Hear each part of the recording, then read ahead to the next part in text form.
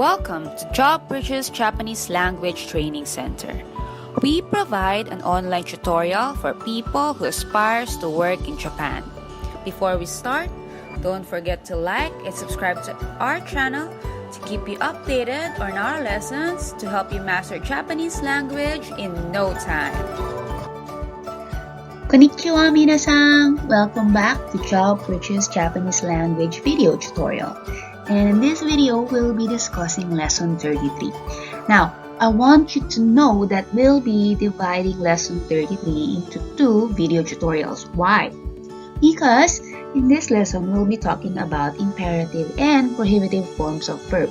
So, at the first part, I want you to keep in mind or to remember and practice using transforming verbs into their imperative and prohibitive forms and as well as their uses before we proceed to other sentence patterns of lesson 33. Is that okay? Alright, let's begin. Now, as I've said, we'll be talking about imperative and prohibitive forms of verbs. Now, how to make imperative forms of verbs? Let's start off with Group 1. So with a Group 1 verb, you change the last sound of the mass form into the sound of the A-line. Again, change the last sound of the mass form into the sound of the A-line. Example, kakimasu to write would be kake. Again, kake, because we changed the sound of its mass form, which is kaki, to the sound of the A-line. So it will be kake. Again, kakimasu will be kake. This is the imperative form of kake or kakimasu. Kakimasu, imperative form, kake. Now, next one, yomimasu, to read. Now, to make it into an imperative form, change the last of the mass form into the sound of the A-line, which means mi will become me, so yomimasu will be yome. Again, yome. Next, isogimasu, to hurry. Again, change the last sound of the mass form into the sound of the E-line. So, gi will become ge. So, isogimasu, imperative form, isoge. Again, isoge, to hurry. Now, next one, our favorite, asobimasu. So, change the last sound of the mass form into the sound of the E-line, which is bi to be. So, asobimasu, imperative form, asobe. Again, asobe, to play.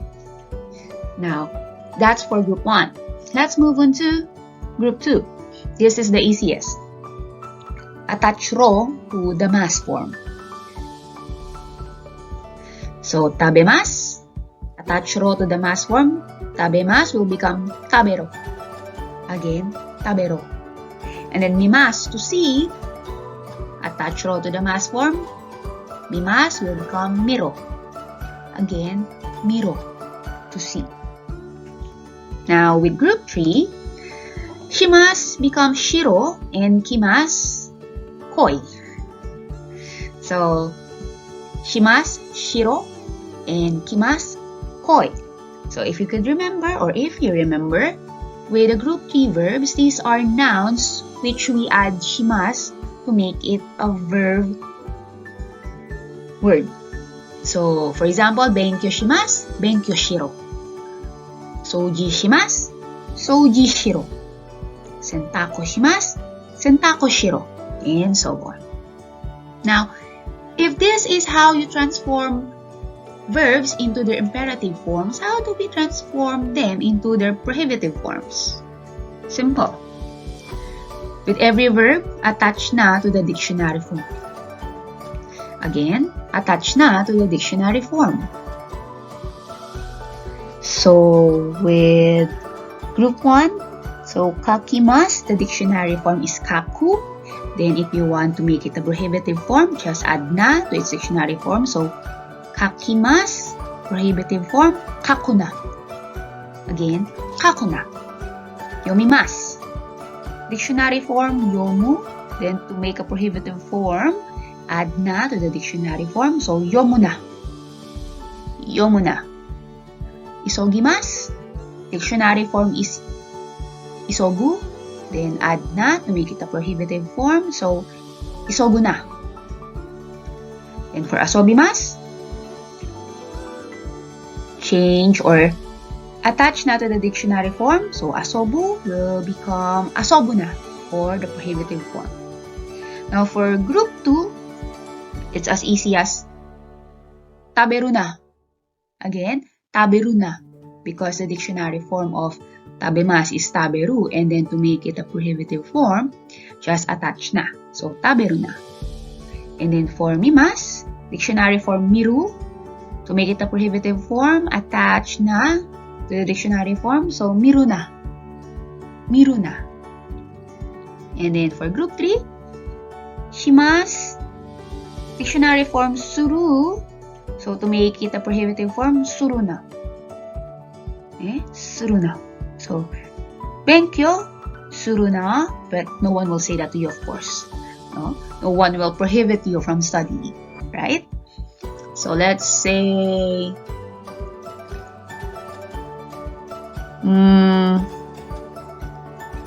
sentako suru.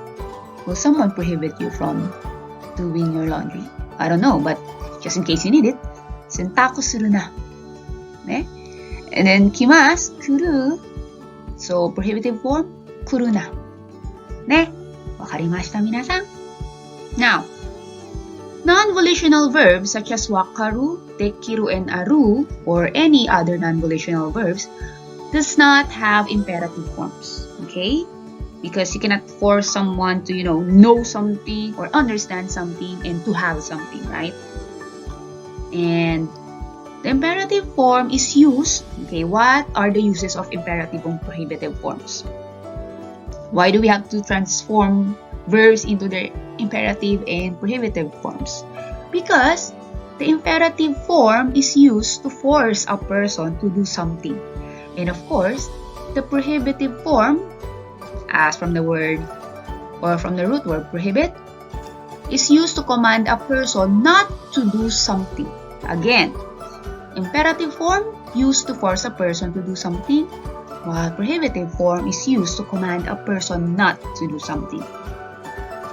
So both the imperative and prohibitive forms have strong coercive connotations. So much so that the use of these forms alone or at the end of an imperative sentence is very limited.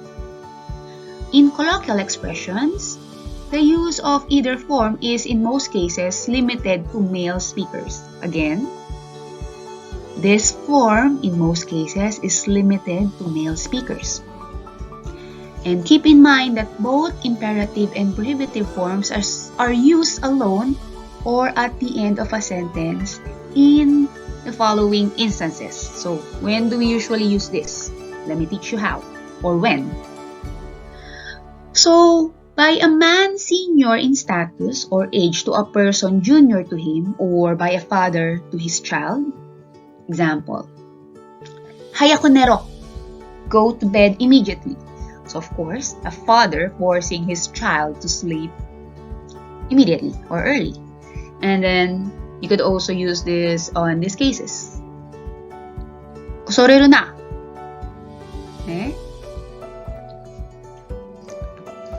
Osoreru na. Don't be late. Maybe from a man senior in status or age to a person junior to him, like your boss to you, right? Now, another instances when you can hear this imperative forms or prohibitive forms is when between men who are friends, okay, between two male friends. But in this case, the particle yo is often attached at the end of the sentence to soften the tone because they are close to each other or friends. So, ashita uchie koi yo. Instead of just saying ashita uchie koi, because these are two male friends or two male friends, you can say ashita uchie koi yo or come to my house tomorrow.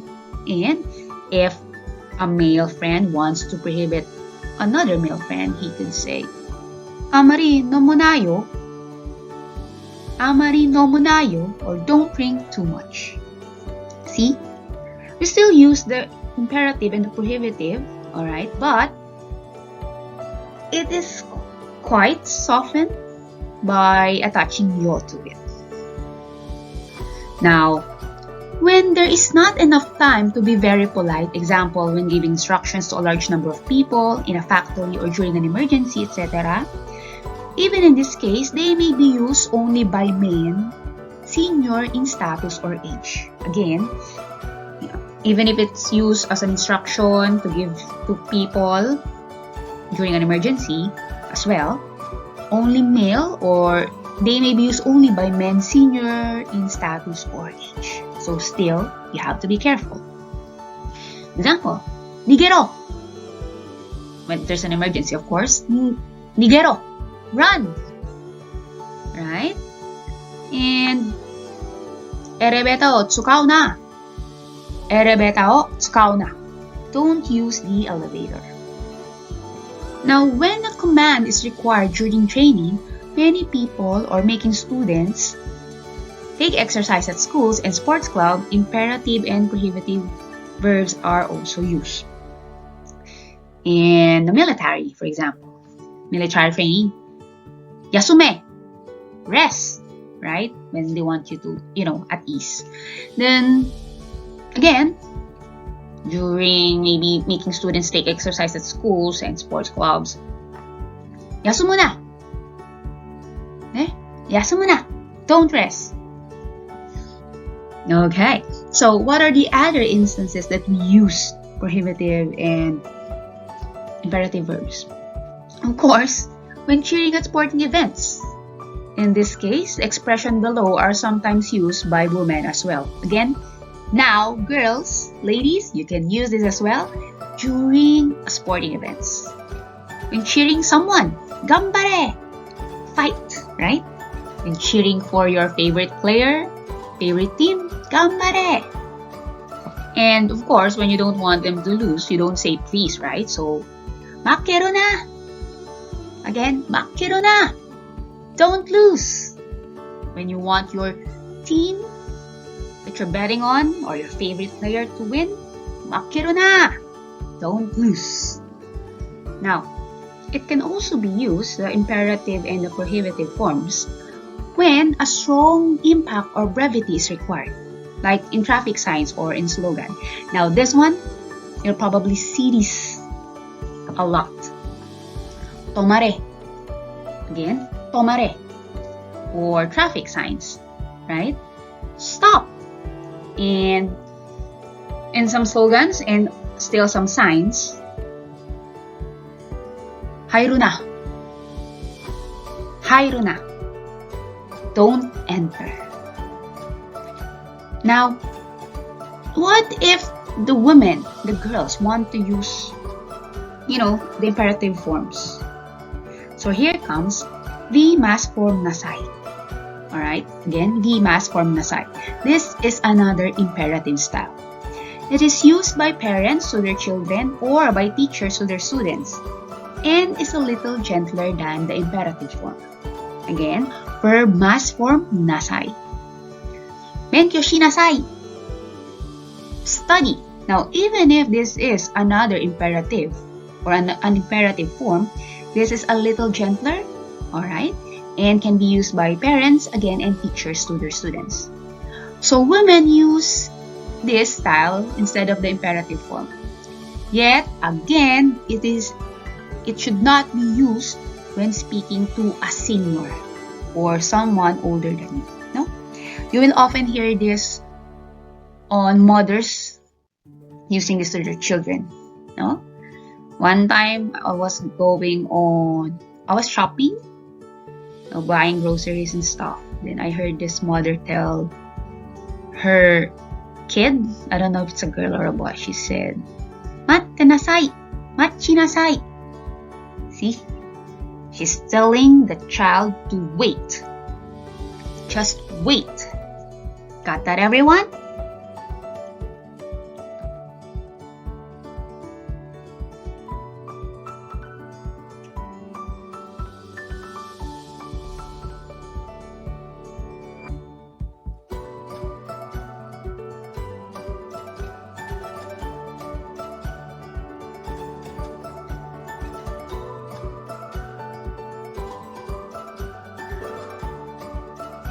Alright, that's just it for today.